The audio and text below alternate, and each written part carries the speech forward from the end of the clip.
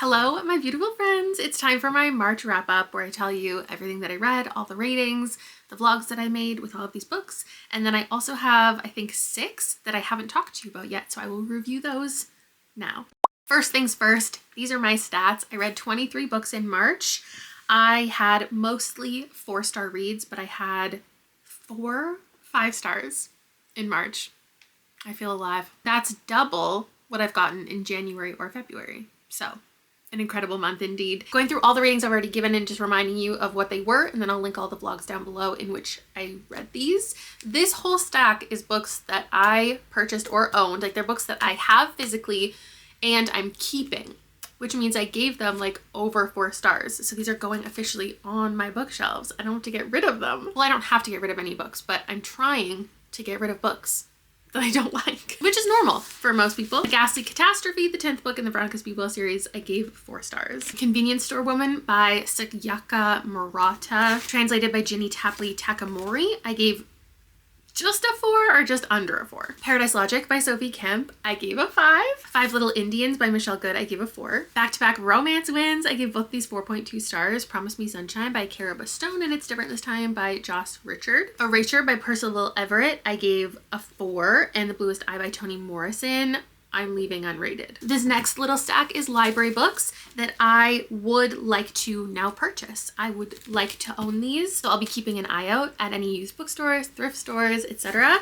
The Traveling Cat Chronicles by Hiro Irakawa, translated by Philip Gabriel, 4 stars. The Stationery Shop by Marin Kamali, 5 stars. And In Memoriam by Alice Wynne, 4 stars. But watching back my vlog, doesn't it feel like this should have been more than a 4? No, it's not a 5, but I think maybe it's another 4.25. And then these two, only 2 books that I own that at the end of the year I'm going to donate. That's Girl Dinner by Olivia Blake, which I gave 2 stars, and Hamnet by Maggie O'Farrell that I gave 3. Oh, and then our final stack that doesn't actually exist because I don't have it is books that I never had in my hands physically. This Story Might Save Your Life by Tiffany Crum got 4 stars. Reign of Shadows and Endings by Melissa K. Rorich, I gave 1 star. The Poet Empress by Shen Tao, I gave 3 stars. And Foster by Claire Keegan, I gave 4 stars. So I will also keep an eye out for that one. I'd be happy to have that as a part of my collection. So that is everything that I already read on my channel. You've already seen me chat about. And now our final stack is the books that I haven't talked about publicly. 2 of these books, in fact, 2 of my 5-star reads of the month, I do have content about, but it happened to be with the besties. I had no idea going into either of these books that they would be some of my favorites of the year. This one I just read in this random, like, trying out the first chapter of all of these library books on my TBR shelf before I had to give them back because they were approaching being overdue / a little bit overdue. And then I just couldn't stop reading this and I gave it 5 stars, and I purchased myself a physical copy immediately after. And then this one, Audition by, this is The Other Side of Now by Paige Harbison, and this is Audition by Katie Kitamura, which was a random selection voted on by the besties for our book club pick of the season, and I love this. So we'll talk about those 2, and then I just picked up Chef's Kiss by TJ Alexander randomly. I read an arc of Seasons of Glass and Iron by Amal El Motar. This was my besties TBR jar pick of the month. I tried out all 3. I'm starting to pull out 3 every single month as contenders, and I did try out the first chapter of all 3 of the ones. This one was my favorite intro. They were all interestingly historical. I decided to finish that one. This is Show Me a Sign by Anne Claire Lazotte. And then this one was a random book of the month selection. I'd never heard of it, and I was immediately convinced to pick it up because it sounds like some other things that I've loved this year.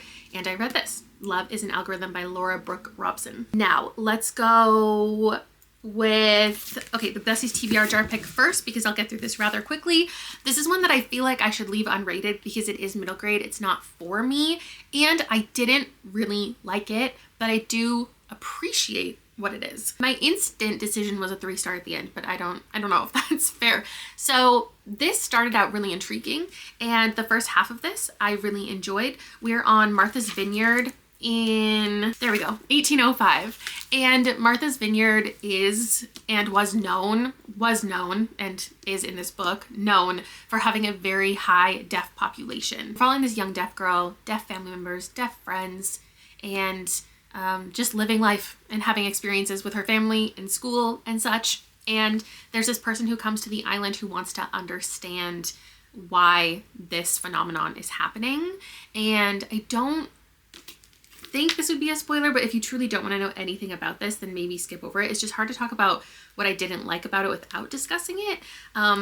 It says it's like a story of survival at one point, and I feel like the whole second half, maybe it was less than this, but I felt like it was really dragged out for a long time. But she gets kidnapped and she is being like held hostage for what felt like a really significant portion of the story. And then that's just not what I knew like the book to be and what I was going to get into. And I just did not like that portion of the book. Obviously, this representation is fantastic to exist and for its target audience, and I can't review it from that perspective. I left it feeling like, oh, all of these takeaways were really obvious. All of the commentary on like prejudice was really simplistic, but it's for middle schoolers. Yet I've given other middle grade 5 stars, so I really don't know how to navigate the conversation any further than that. Next, I guess we'll go in order of rating. I ended up giving Seasons of Glass and Iron by Amal El-Mohtar 3 stars. I rated each story independently and I gave almost all of them 3 stars. There was nothing that I hated in here, which I feel like is unique for a short story collection because obviously there's just going to be a range, especially when you're doing experimental type stuff like she does, a range of ratings, but everything was just good. Everything was interesting. I liked everything we were covering. And it's funny because I've read 2 things from this author, and in my mind, like maybe if I reread This Is How You Lose the Time War, I would feel differently, but in my mind, they're so drastically different, and I would never connect that it was the same author responsible for both of these things. One is a collaboration, to be fair, and I just feel like reading this really bridged the gap between these 2 things. It was the perfect in between those 2 experiences, which was fun to recognize while I was reading. Like half of these stories, not half, a good chunk of these stories felt like lyrically rich and folksy. And then the others had this experimental sci-fi voice. And maybe it was because of the mix of storytelling styles and just the really successful characterizations that we get. But it felt to me like I was reading someone's lifelong work. Like this didn't feel like I was reading an anthology or a short story collection that had been written within the last year intended for publishing. It felt like, and this could not be true, but that she had been writing these for like 20 years. And I was just getting this collection of all of these thoughts that she's had and all of these ideas. This is a mix of poetry and stories, and I didn't rate any of the poetry. I find that I love a short story collection, I love a poetry collection. Anytime those 2 things are combined, I never end up appreciating the poetry as much as I would if it was just a poetry collection. I don't know what that is about my personal reading, but I did skip a couple of the poems. They just like weren't doing anything for me. There were 3 really standout stories in here, which I think would technically have to raise my rating to a 3.5 actually, now that I think about it. One of my favorites in here was called Madeline. This was the most similar to like the vibe or the writing kind of style of This Is How You Lose the Time War. It had an imaginary friend in it, and it was all about communication, I guess is how I would sum it up. And then another one is John Hollowback and the Witch. This one was about making a deal with a witch. It was really complex and layered, and I would say it was about memory. One of the themes would be about memory. And then the last one in here is called Pockets. I loved Pockets, and any of the 3 I just mentioned, I would love full-length novels for, but this one especially. I feel like there's so much you could infer from what she's talking about. There's this girl who keeps pulling things out of her pockets, and I don't want to spoil the story, but it's like, I feel like kind of about how much we can hold. It was fun and it was kind of moving and it was whimsical. I really liked that one. Yeah, I would really like to see a bind up from her in the future where it's like 4 really strong, solid, lengthy novellas in one, because I don't think I got deep enough into these short stories to love them as much as I could because I love her writing. Chef's Kiss by TJ Alexander. I am also giving this one a 3. I liked the plot of this a lot. And I've been reading more books set in kitchens and having chefs as characters. I've been having a lot of fun with that this year. And I just feel like Ray was intended to be our main character in here. And it felt weird that Simone was our main character. And I don't know how to describe it any better than that. It's just Ray was like the shining star of the story. And I kept thinking like, why are we not getting Ray's perspective? It would make so much more sense to me, especially when it comes to a classic kind of story where we have coworkers. It's usually the main character who is coming to the restaurant for the first time, and they meet like the grumpy chef, and they have to get on their good side, and they butt heads, and then they get along and fall in love, and it's all about navigating the main character's identity. But instead, we had Simone, who's the one we're focused on. She already works at the restaurant. Ray comes in, or it's not a restaurant, oh my god, it's like a test kitchen. It kind of reminded me a lot of watching Bon Appetit back in the day. Ray very much feels like the non-binary version of Brad. And they decide in this test kitchen where they're originally making cookbooks, and then they decide they need to start making internet content and videos and having these little shows. And so Ray stars in some, Simone is getting on board. Ray, throughout the story, comes out as non-binary to everybody else. They're like the new kitchen manager. And the dynamics of everybody and who's respecting pronouns and who's not, that's all happening. And then we have Simone, who just doesn't have the main character energy. It was not very fun being in her head, and I wanted to have fun with it so much. But it was her just constantly like brushing people off and not wanting to have fun, trying to stand up for Ray, but not really knowing how to do it right while also falling in love with Ray. It felt like such a cold perspective to be in. Meanwhile, we had this cast of really energetic characters, and I just wish it was written a little bit differently, but I liked the setting and I liked the plot, and I would definitely recommend this one. Okay, my 4-star of the month that I need to talk to you about. I have so many disappointing thoughts to share, and it's so strange because there's a question at the end. It's like my most disappointing book of the month, and I've had 1 star, 2 stars, 3 stars, and my answer is going to be a 4-star because for the first half of this book, Love is an Algorithm by Laura Brooke Robson, I thought this was going to be a favorite book of the year. I was obsessed with it. The writing of this was so fun and quirky. It felt like watching, I'm gonna think of an example, maybe like The Holiday. I'm sure there are so many movies where there's like a voiceover, somebody narrating the story, but The Holiday where there's like the trailer voice guy who comes in and narrates stuff and feels really tongue-in-cheek. That's how it felt, and it was just so fun. So the plot of this, we have 2 characters, Eve and Danny, and it's their love story. I don't know if I would call it a romance. Maybe you would. I don't really know. They've known each other for a while. They eventually start dating, but not until like 100 pages in do we get their relationship. In fact, we start the book with them in different relationships, and I just love that. I don't know why. I love books that start out establishing other things with other people, and we get to learn their personalities outside of one another before they couple up. Look at all my tabs. I tabbed so much in these first 100 pages. Like, I was so hooked. I was obsessed with it. Not a single tab after that. Like, I don't know what happened. The setup was so good. It was so interesting. Danny is an app developer, and he has created this, worked with other people. There's many other characters involved.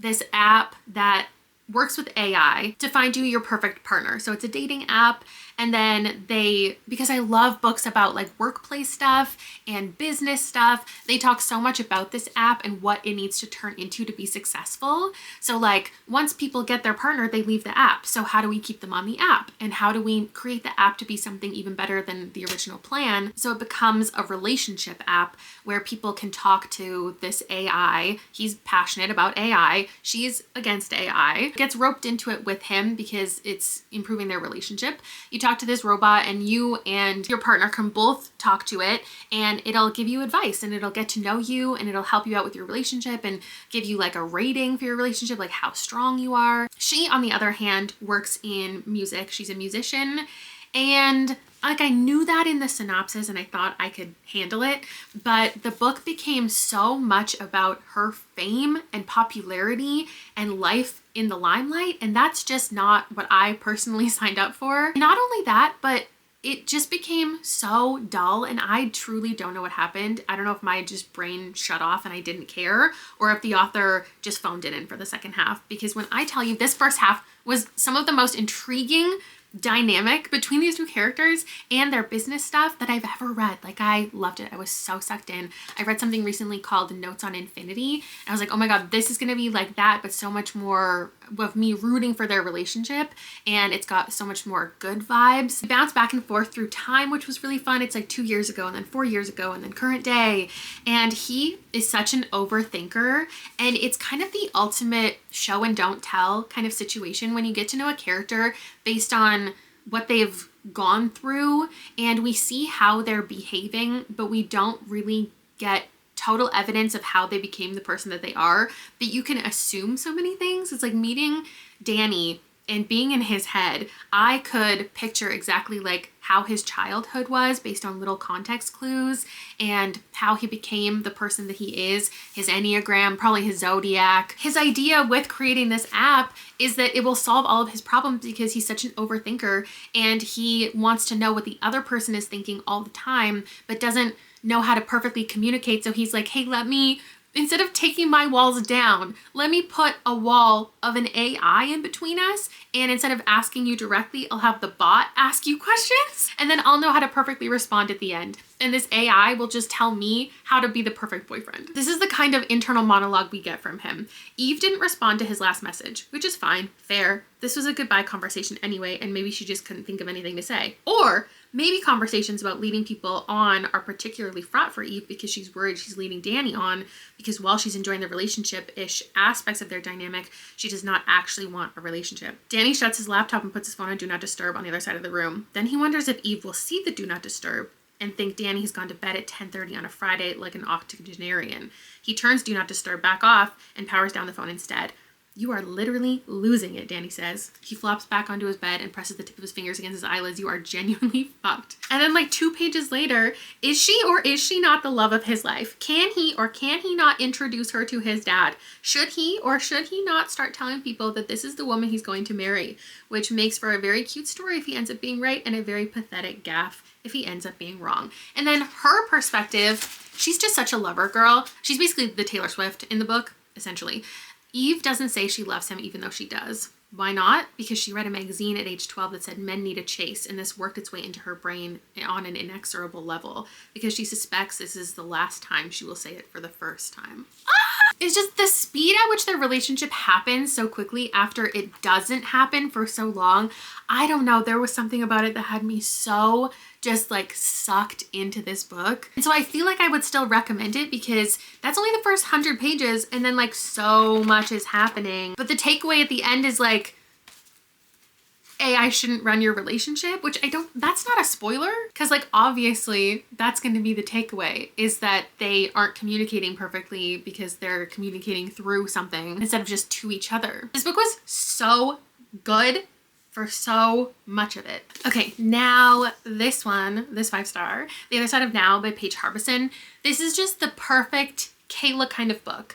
I've talked about so many times, I've given 5 stars so many times to this exact kind of book. And I say the same thing like every time, is I don't care that I feel like the message of the book is hammered home so aggressively. I don't know why, I just don't care. I don't care that this isn't the most unique version of this type of story. It doesn't do anything crazy, but it almost always works for me. I just love seeing characters get to experience multiple different versions of their reality. It's always such an interesting premise to me. It has to be really poorly written for me to not like it. And this is gonna be my perfect example that I'm gonna give forth that does it perfectly. This is exactly what this concept should be, and it handled it so well.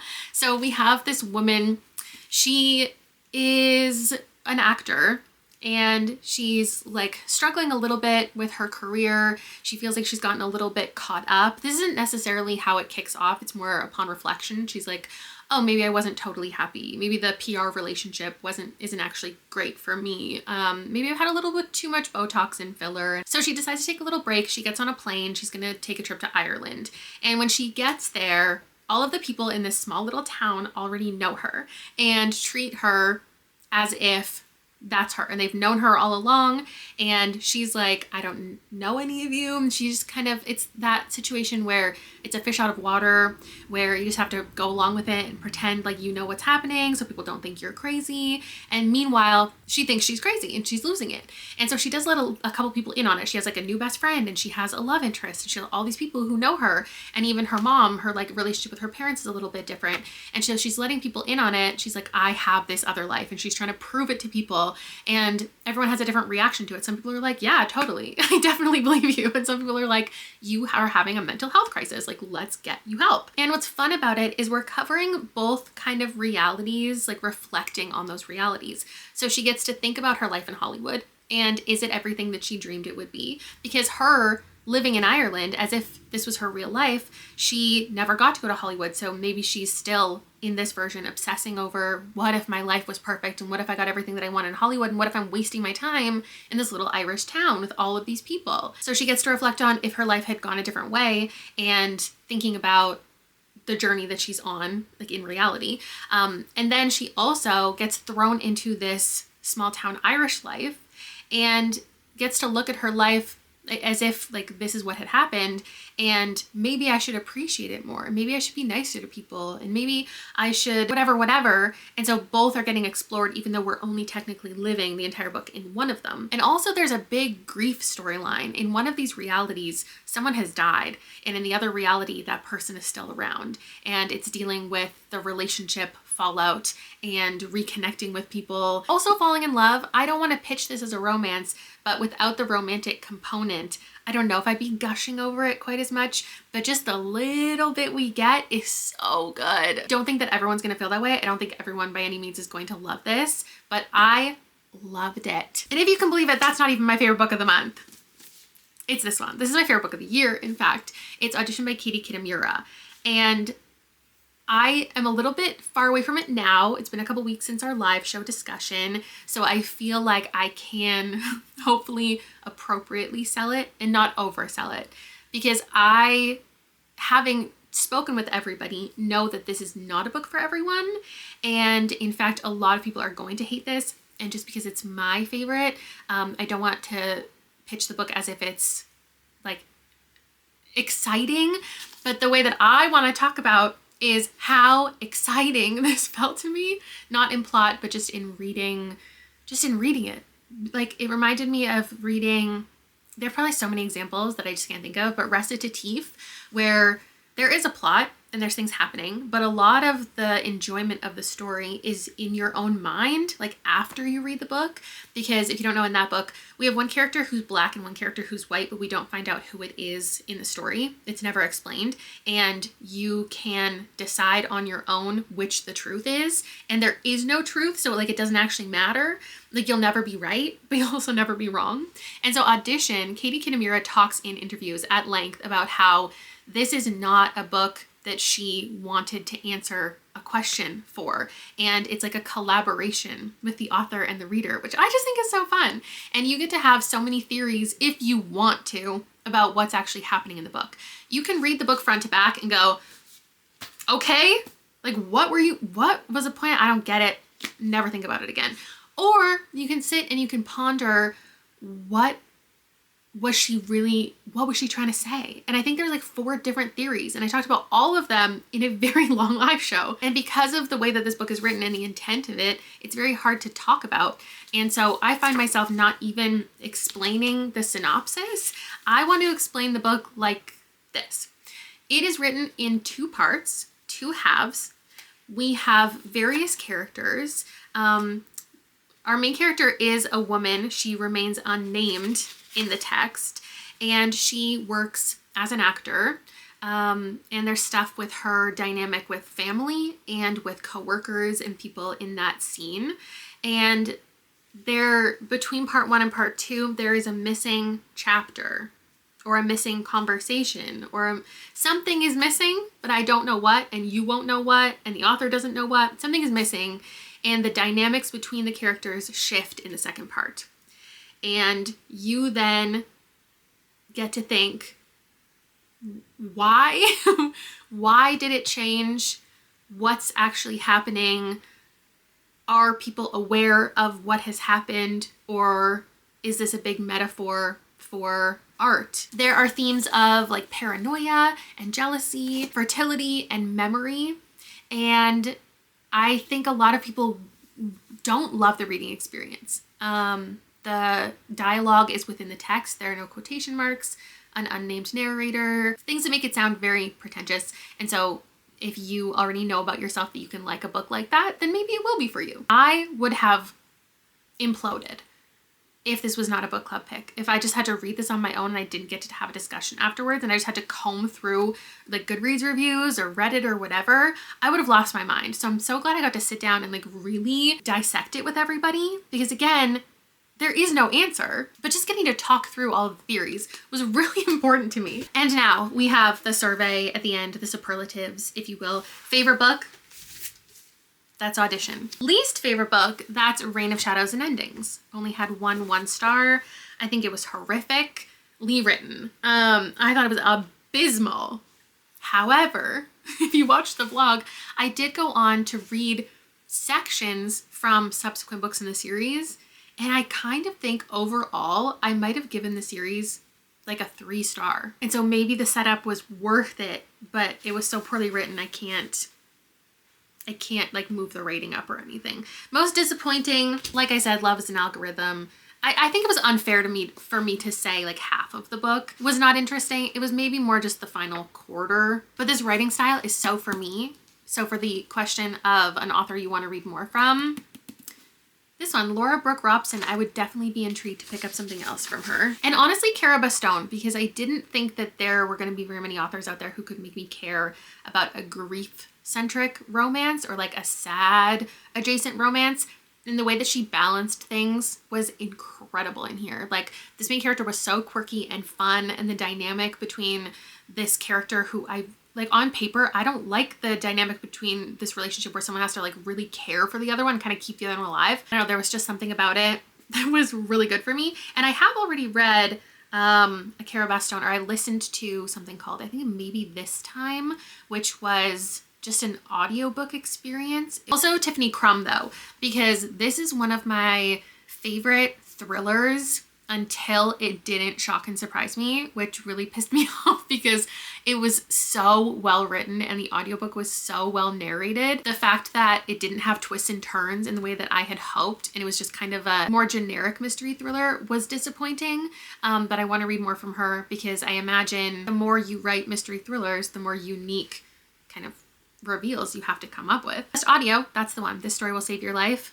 It was so well narrated, like you were listening to a podcast episode, and it didn't necessarily feel exactly like a podcast episode, but it was one of the closest I've ever found. And they were like giggling and they had this banter, and it was just so fun. A book I would recommend the most, I'm gonna give 2 answers for this, and it's 2 books that a lot of people have already read and put it on the list of books to make me cry.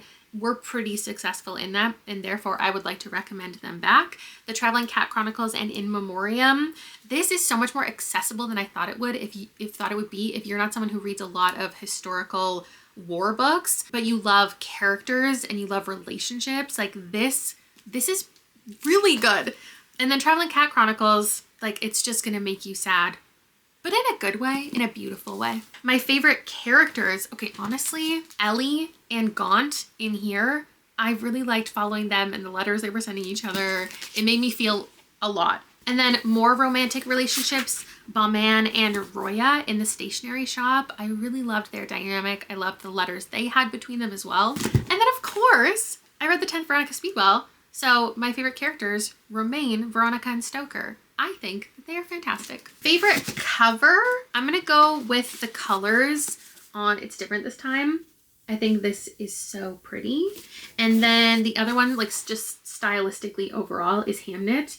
The blue and the gold with a little bit of red is beautiful. The letter, the swirls around it, the rabbit, like the little details of this, it's absolutely stunning. And favorite title, let's go with Audition, because it just means more than one thing. And then Chef's Kiss, because I will always say, I love an idiom. I love a reference. So this title, Chef's Kiss. Biggest surprise, like, I kind of feel like the answer should be Paradise Logic because you never know how you're going to feel about a weird girl book. But I had a feeling that I would absolutely eat that up. Like I just had a sense that it was going to be really good for me. I would say my biggest surprise was probably Promise Me Sunshine because this was selected for a book that was supposed to make me cry and instead it made me laugh. And I had so much fun reading these characters. It was like reading from Lorelai Gilmore's perspective. It was so unexpected. And that is it for my March wrap up. Thank you so much for watching. Let me know what your favorite read of the month has been. Have you had anything really good lately you want to tell everyone about down in the comments below? And I'll see you later. Bye!